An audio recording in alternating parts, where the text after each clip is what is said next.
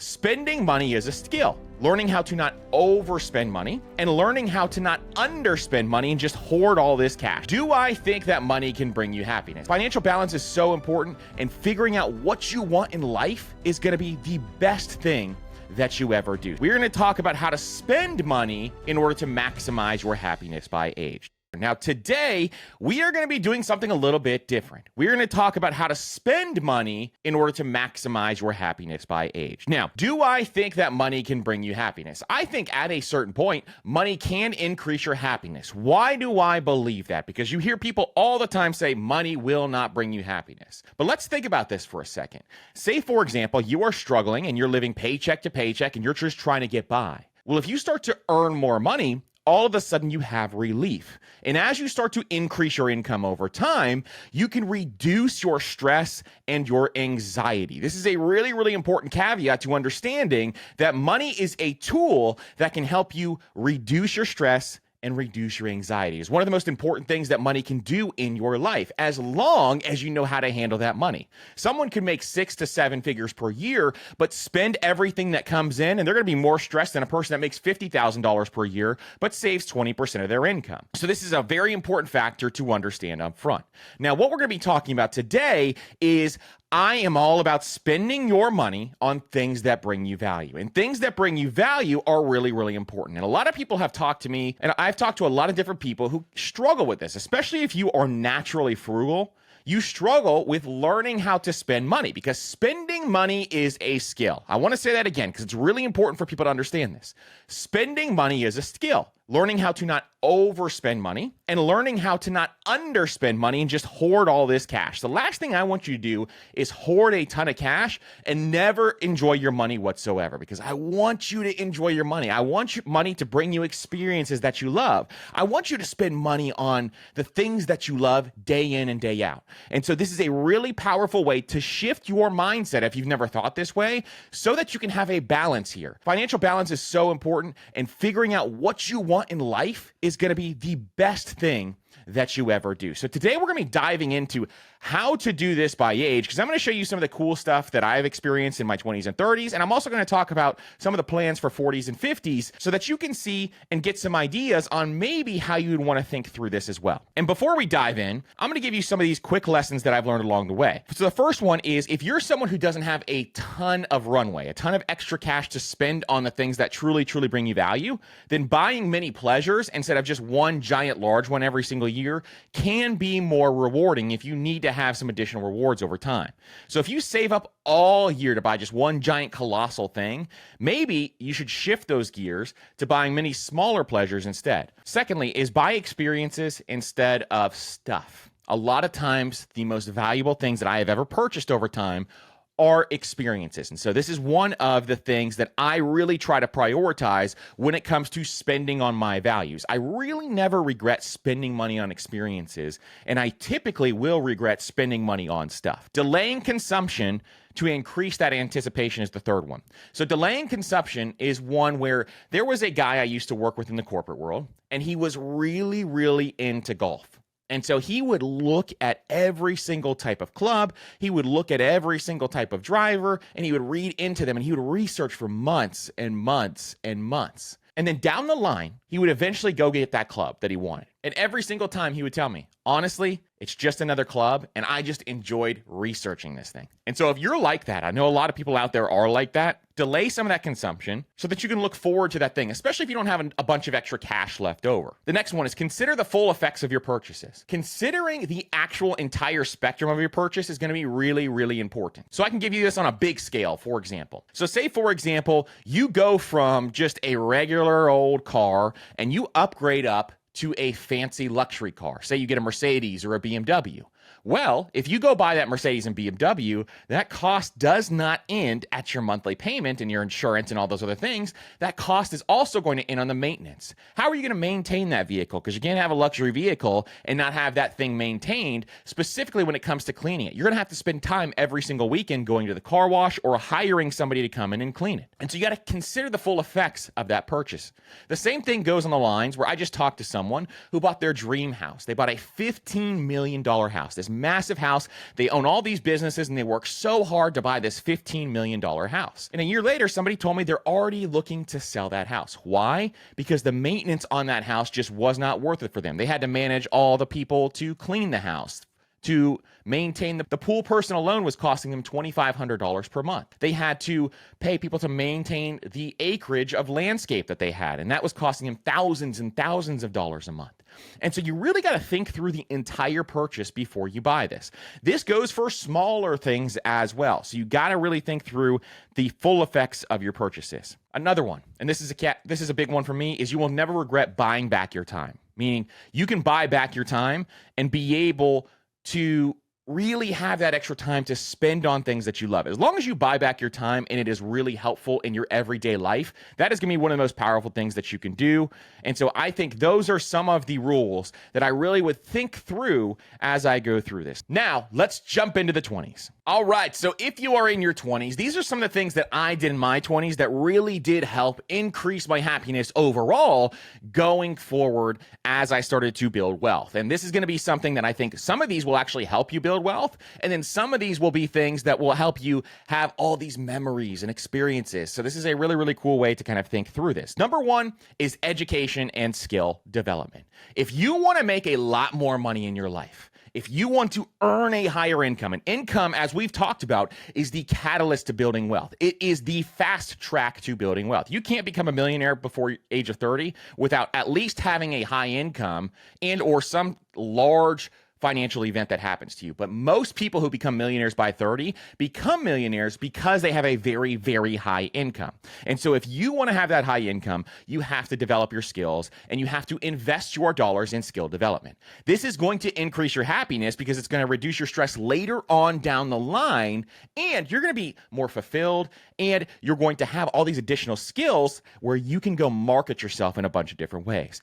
I did this, and I attribute really solely this to me becoming a millionaire in my very early 30s. And I think this is really, really important to understand. So number one is reading books, and books are a fantastic investment. That is one thing where Ramit Sethi said this first, and I think this is one of the most powerful things, is he says, I don't even think twice about buying a book. If I'm going to learn one thing in that book, I will buy that immediately, and I will go out and make sure that I have that book purchase. But you can also do this for free. You can rent books for free at your local library. And when you go through, there's a bunch of other free options out there as well. And so investing your dollars into books is one of the most powerful things that you can do. Warren Buffett reads 500 pages a day, and so did Charlie Munger. The statistics out there talk about this, that Fortune 500 CEOs on average read about 55 books per year.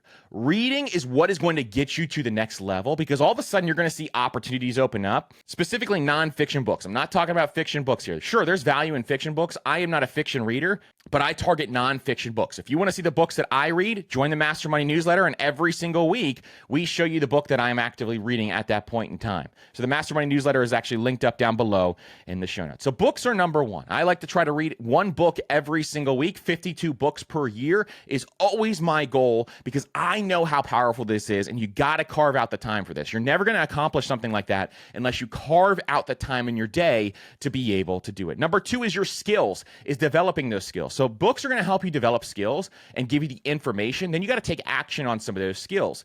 So what skills can you develop? First of all, things in your day job. Maybe you can get certifications or add some certifications there. But in addition, things like marketing skills, like sales skills. One of the most powerful things you can do is develop your sales skills, because everything you do in life is sales. Whether you're trying to get a promotion, whether you're trying to convince a vendor to buy into your company, whatever you're trying to do, sales is involved every single day. Negotiation is the next one. And if you have sales and negotiation paired together, you're going to be one of the most powerful forces out there. There are really high income producing skills that you need to learn. And we're going to do an entire episode on this. So if you're interested in that episode, shoot me an email or shoot me a DM, because we're going to do this episode and I'm going to make sure that we really map out a ton of really, really high income skills. Another one is learning online, taking online courses. I take a lot of online courses, and I do this because it really has helped me. Even if I can learn 1, 2, 3 things in those online courses, I will take these massive courses. For example, right now, I'm taking a really in-depth course on how to protect yourself online and some of these privacy concerns that we have, because scams are at an all-time high. And so that is one where I am taking right now. Some of you may be saying, well, I just want to develop my Excel skills, or I just want to develop my communication skills with other people. And so all of these are different ways that you can really develop and learn online. There are so many great ways to do this and free courses out there that you can utilize. And even some of the Ivy League schools like Harvard or Yale, they have free online courses where you can develop some of these skills in their business programs and all that kind of stuff. You don't even have to go to Harvard. You can go take these courses for free. And so there's powerful things that you can do there as well. So number one, again, is education and skill development.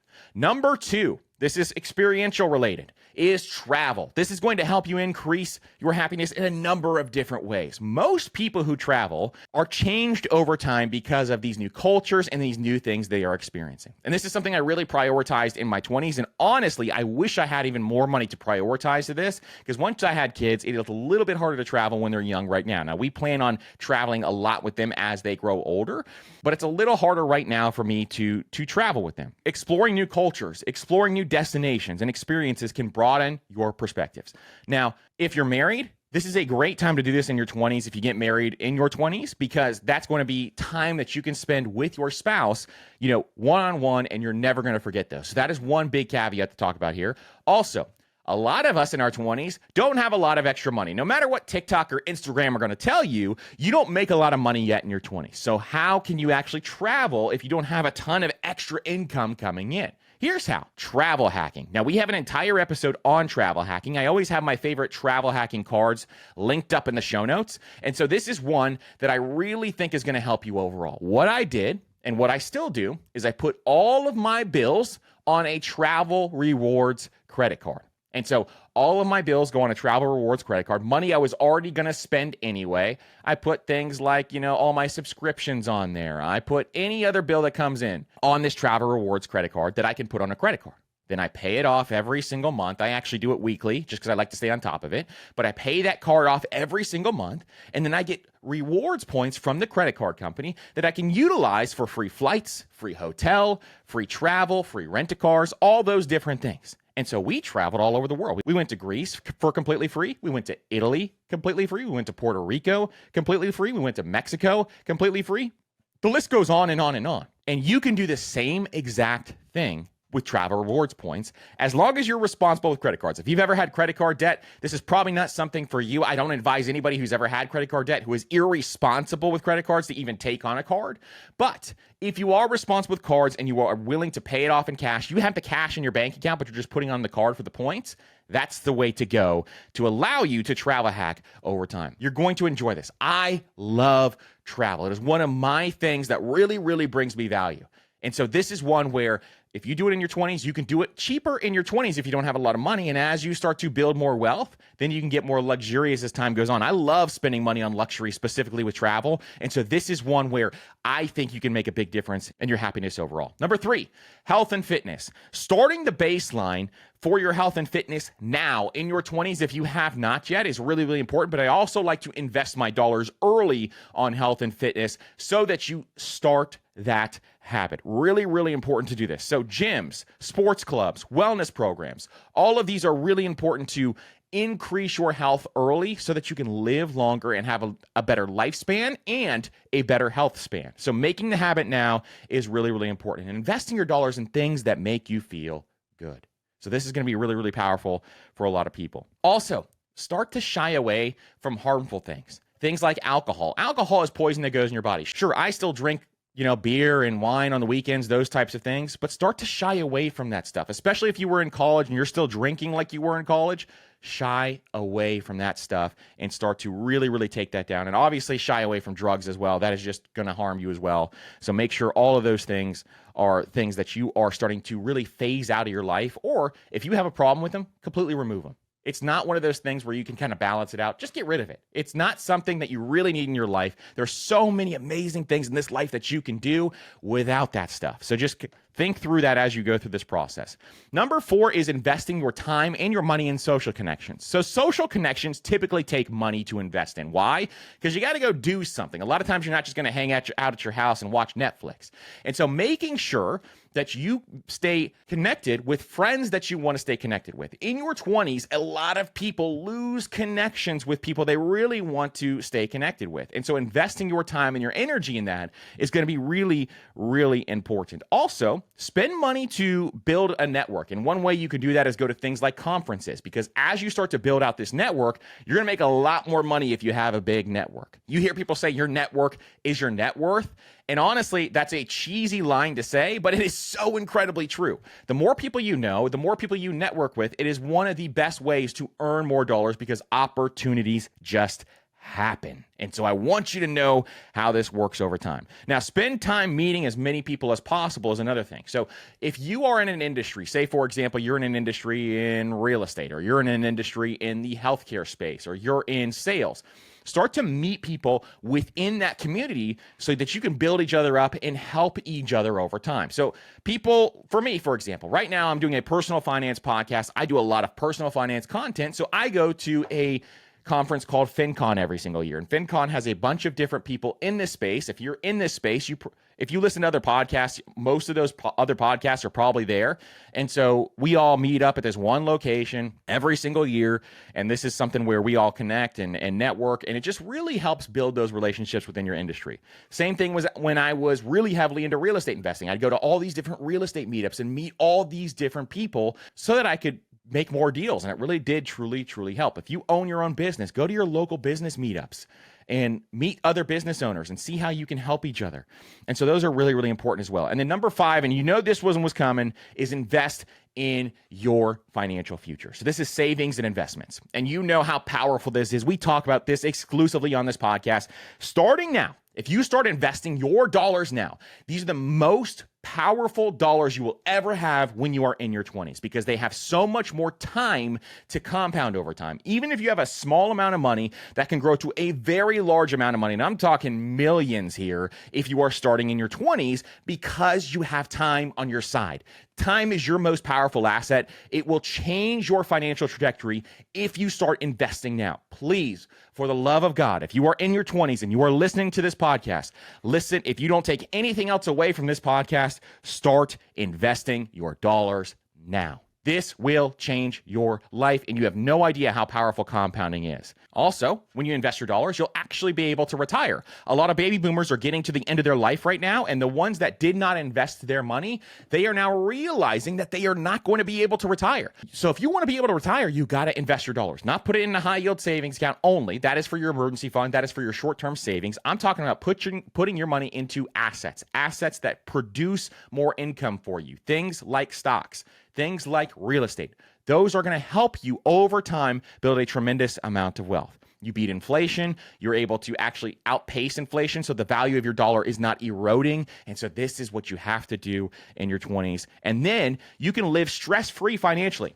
So you're investing in your mental health as well. Those are so incredibly powerful. So I want you to make sure that you continue to invest in yourself when it comes to these 5 areas. And now, let's jump in to the 30s. All right, so I am in my 30s now, and when it comes to getting to your 30s, I think there is a number of really interesting ways to invest your dollars to increase your happiness and improve your happiness. Now, anything in your 20s you can absolutely do, and I think that is something that's really, really powerful. So these kind of compound on each other is why we do them in these order by age. But also in your 30s, there are additional things because your life shifts in your 30s. And a lot of times it gets a lot more busy, where you think in your 20s you're busy and you don't realize how much free time you actually have once you get to your 30s, because it gets messy, it gets wild, and it gets crazy. And so in your 30s, what you're going to see is that there is a lot less time that you have. So specifically, number 1 is I like investing in convenience in my 30s. I did not invest at all in convenience in my 20s because I thought it was a waste of money. I was throwing money out the window, but I also made less money in my 20s as well. So if you start to see that income going up a little bit and you're hitting your investment goals, then convenience may be a great place to look. So Let me give you a couple examples here. One of which is I used to mow my own lawn every single weekend. And I would go out there with my lawnmower. I'd push it around my super hilly yard, and I would mow my lawn every single weekend. This took me about 5 hours because I'd have to mow the lawn, I'd have to edge the lawn, I'd have to blow the lawn, I'd have to rake up and trim all the hedges, I'd have to rake up leaves, I'd have to trim up hedges, I'd have to make sure that all the landscaping looks good. I'd have to replant landscaping when it didn't look good. And so all of this stuff, for me, took me so much time. And I didn't have a massive yard. I mean, this was like a normal size yard that I was doing this in. And so one day I decided, after I had my first son, I'm going to get a lawn care team to come out here and mow the lawn. They did the same thing that took me 5 hours in about 20 minutes. It was the most valuable dollars I spent every single week because I got 5 hours of my weekend back every single week. And this is a powerful example of how convenience are dollars well spent. Why? Because I got my time back. And my time at that time was worth well over what I was spending every single month on that lawn care. Same thing if you have a pool. I was also spending a ton of time because I'm in Florida. A lot of our houses here have pools. And so I was spending a ton of time cleaning out the pool. It was taking me, 1 to 2 hours every single weekend because I had a pool without a screen. And so leaves were just flying into this thing. And every day I was out there pulling leaves out and doing all this different stuff. It took so much time. And so then eventually we finally got a pool service and I got all that time back. And so it's a really, really powerful way to figure all that stuff out. Plus, I actually figured out that the pool service cost me like $20 a month after all the chemicals and all that stuff were paid for. Because I would go to the store, pay for all these chemicals, then come back. So doing some of the math on some of this stuff is really, really cool. You could do stuff like have a housekeeper. So now we have a person who comes and cleans our house every 2 weeks at my house. It is some of my favorite dollars that I spend every single week. And so these are some of the things that you can pay for convenience. Delivery services are one. Delivery services are something I don't truly value, but for groceries, things like that, I do value. For things like just getting a one-off meal, I'd rather just go get it because I don't want to pay triple the price of what I'm buying on some of those things. So it's got to be what you want. Maybe you want to pay triple the price because you don't want to get off your couch and watch them Netflix. You don't want to get off your couch. Well, that is completely up to you. Nothing wrong with that at all. And so thinking of things, what would reduce your daily stress and what would give you your time back? What are those things that would give you your time back? Maybe it's hiring a virtual assistant. You can go on Upwork.com, you can go hire a virtual assistant, and maybe that is the way to get some of your time back that can help you with some of your daily tasks or things that you just don't want to do, or help you organize your files or help you organize some different things. Those are going to be little things in convenience that can really go a long way. Get your time back. You will never regret getting your time back. Number 2 is family and kids experiences, meaning if you have kids or you have a spouse, spending more time with them and investing money into time with them is something you will never, ever regret. The number one regret for people on their deathbed is they didn't spend enough time with their family. And so you want to make sure you are investing your time and you are investing your dollars to increase happiness over time by investing in your family and kids experiences. So this can be things like vacations is one. If you're on the fence about taking a family vacation and you're like, I'm hitting my investment goals, but I don't want to spend the $3,000, $4,000, $5,000 on a family vacation every single year, will you ever regret that? Think about this for a second. If you get to the end of the line and you're hitting those investment goals, meaning that you are making sure that you are at least investing enough for you to be able to retire, are you really going to regret going on that vacation and spending more time with your family and making those memories? I don't think so. Maybe you will, but I don't think so. But also, there are cheaper ways to do this. You can go, do things like classes together with your family. You can go do family bonding. Go take a pickleball class. Go take a cooking class. Go take some sort of class together so that you can learn how to do some of this stuff. And you can create meaningful family memories. All of us know how powerful this can be, and so this is something you definitely should be doing. Number 3 is one we did when we bought and built our house, is home improvement projects. A lot of people, you can increase your happiness, especially if you own a home. Obviously, you can't do this if you're renting, but if you own a home, you can invest your dollars into home improvement projects. Things like creating comfortable and functional living spaces. If you don't like your living space, your happiness will go. If you don't like your living space, it will decrease your happiness over time. Now, you don't want to overspend. We know that there is a limit to how much you can spend on housing, but at the same time, if you want to increase that functionality of your house, or you want to increase the aesthetics of your house to increase your happiness, that is a powerful way to spend your dollars. And just know, a lot of times you're not going to get the full value back of what you spent. This is not an investment whatsoever. A lot of people think improving their houses is going to be a huge investment where they're going to get their money back. Where if you look at the studies and the statistics, that really is not the case. A lot of times you may get some money back from doing that, but it's going to not get your entire amount back, no matter what you do, even if you're doing kitchens, those types of things. You got to really look at the statistics when it comes to that. Unless you're selling within the next 12 months or something like that, that is where it may make a difference overall. Number 4 is a peace of mind fund, also called an emergency fund. Now, we talk about the emergency fund all the time in this podcast, but making sure you have this, and you should have this in your 20s too, but making sure you have an emergency fund in place that is fully funded in your 30s is really, really important. Fully funded means 6 months or more. Having that emergency fund in place, fully funded means 6 months of expenses or more. Having that emergency fund in place is going to be very, very important in order for your peace of mind, your mental health, and if anything happens in life, you don't interrupt your financial and wealth building overall. Number 5 is prioritizing that retirement savings. And so making sure that you are investing dollars for your retirement. It is imperative now in your 30s. You have to be doing it in your 30s because you have a ton of time for compound interest over time. So I want to make sure that you are really ramping this up. Make sure you try to max out some of these retirement accounts, specifically when it comes to like the Roth IRA, for example. Max that thing out. Try to get more dollars into your 401k and try to max out that 401k if you can as well. And start to really get these ramped up because this is going to help you retire over time. You really need to be doing this and make sure that you are really funding those accounts. So that is the 5 things in the 30s. And these are things that really, really are going to help you overall and really help with your peace of mind and what you really want to do over time. So now let's jump to the 40s. All right, so in your 40s, here are some things that I'm thinking through now that would really help you overall, increasing your happiness over your 40s. Number 1 is healthcare. So we talked about health and fitness in your 20s, and obviously that carries over to your 30s, and obviously that also carries over to your 40s. You need to be always investing in health and fitness. That is something I would never think twice about. That is one of the most powerful things that you have is your health. And so it's really, really important to make sure you invest in your health and your fitness, but also health care.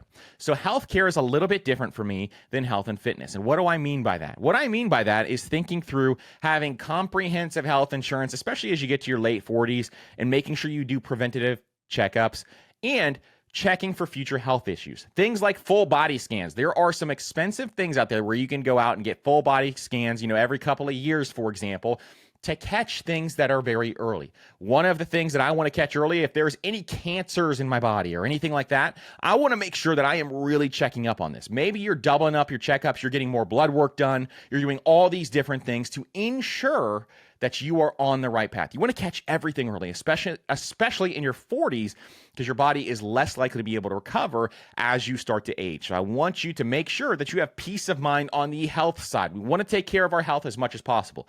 Exercising 3, 4, 5 times a week or more is going to be really beneficial to your health. And there's a bunch of ways to do that as well. But making sure you're investing in your health care and your health and fitness in your 40s, super, super important. Another way to do that is supplements, trainers, all that kind of stuff as well. Number 2, life experiences. So by the time you hit your 40s, you're going to have a number of different things on your bucket list that you definitely need to prioritize because you want to experience those things. It's going to increase your happiness. Maybe you've always wanted to travel the country and go to all the different baseball stadiums. I know a lot of people do things like that. Maybe you've always wanted to go to the Super Bowl. Maybe you've always wanted to do specific vacations. Maybe you've always wanted to go on a hot air balloon ride. I don't know what your bucket list items are. Maybe you've always wanted to go to Egypt. Maybe you've always wanted to go and travel to every single continent. Well, start to plan some of these things out. Even if you don't have a ton of extra cash in your 40s, what you can do is start to save for some of your bucket list items. And every single month, you put it in that bucket list fund, and all of a sudden what you're going to realize is, over the course of like 3, 4, 5 years, boom, you got the money there to start doing some of these things. And so no matter what, always try to save towards that kind of stuff because you're never going to forget those experiences. And I want you to experience those. I want you to spend money on those. I want you to utilize money as a tool to get the things you want in life. That's the entire goal of this episode. So start to put dollars towards those things because if you never put dollars towards those things, you're never going to go. And so making sure that you just start small amounts over time, it's going to grow. Just allow that money to go into those accounts and put it towards those types of things. Number 3, setting funds aside for your education for your children, those types of things. If you're taking care of your retirement first and you have that taken care of where you are funding those accounts and you have enough money left over, consider funding money in your kids' brokerage accounts or your 529 accounts. Those types of things are going to be really, really powerful overall. And they can also help increase your happiness and be rewarding because you have the money there for them and you can be there for them. And also, investing in some things for them Like we said, all the family experiences, all of those are going to be really powerful as well. Those obviously carry over to the 40s. Number 4 is thinking about your debt situation. This is one that I think if debt stresses you out and you are really, really worried about that, maybe starting to get completely debt-free in your 40s is not a real bad idea, because if you can erase all this debt in your 40s, that is a great investment in your future, because you can really take down some of these debt instruments that really can be detrimental to your finances if they roll into the 50s and 60s. And so thinking about, hey, can I pay down some of this debt? Maybe getting rid of any auto loan payments, or maybe getting rid of any student loan payments if those are carrying over, or maybe getting rid of even your mortgage if that stresses you out. All of those are great investments as long as you're hitting those investment goals. And if you have high interest debt, that is a priority number 1, obviously. If you've never heard our Stairway to Wealth, make sure that you check that out, and it'll be linked up down below. But you can also go to mastermoney.co/resources, and the Stairway to Wealth is there. And that is kind of the hierarchy on how to allocate your dollars. And high interest debt is one of the most powerful things. If you have credit card debt or anything like that, make sure you take care of that first. But looking at other things can be really, really powerful. And then number 5 is personal development. So things like pursuing your hobbies and making sure you put extra dollars towards those hobbies. You do not want to lose interest in things as you start to age. You want to increase your interest in some of these things as you start to age. Keep your brain active. Keep your body active over time. This is going to be really, really powerful. Personal interests. Or even if you want to think through this, maybe, here's a great one when it comes to personal development. Maybe you've been in a job for a long time and you really don't like that job, and you've been in that career for a very, very long period of time. What if you've already been hitting your investment goals, maybe you are coast fire already, where if you stopped investing now, you'd be able to retire by retirement age. And this would really help your mental health. What if you had a career change? I know that is a weird thing to say for somebody in their 40s, but if you are already hitting your investment goals and you are already hitting your retirement goals, what if you took that stress out of your life and all of a sudden you could live a happier life because you had that career change? That's another great option. You can also think through, if you're really stressed out, things like Barista Fire. We have an entire episode on that as well. And you can really think through, Coast Fire, Barista Fire. All of those are really cool options for you and your money. Money is very flexible, and a lot of people don't realize how flexible money can be, and you don't have to do the traditional route always. And so I want you to think through that kind of stuff, especially in your 40s if you're really, really unhappy with some of your day-to-day life. Now, let's jump to the 50s. All right, so if you are in your 50s, here are some ideas just for you to go through, and some things that I would make sure to do as well to increase my happiness over this time frame. So I think this is really, really, really powerful as well. Number 1 is going through, obviously, we talked about travel in your 20s. We talked about experiential travel with your family in your 30s. We talked about bucket list items in your 40s. But when it comes to experiences, making sure that you have more time and more resources on hand to go and travel and do what you want to do is going to be one of the best things that you can do. Now is the time to do it. Now is the time to make sure that you invest those dollars into travel in places that you've never been.